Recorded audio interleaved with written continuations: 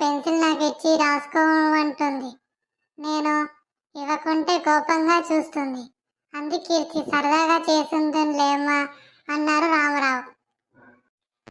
ఒక్కరోజైతే అలా అనుకోవచ్చు, ప్రతిరోజు అలాగే చేస్తుంది.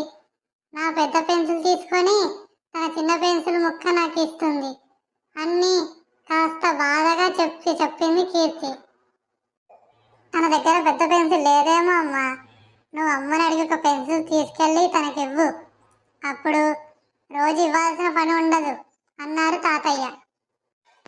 అది కాదు తాతయ్య, నా దగ్గర పెద్ద పెన్సిల్ ఉన్నా అవి దాచుకుంటుంది.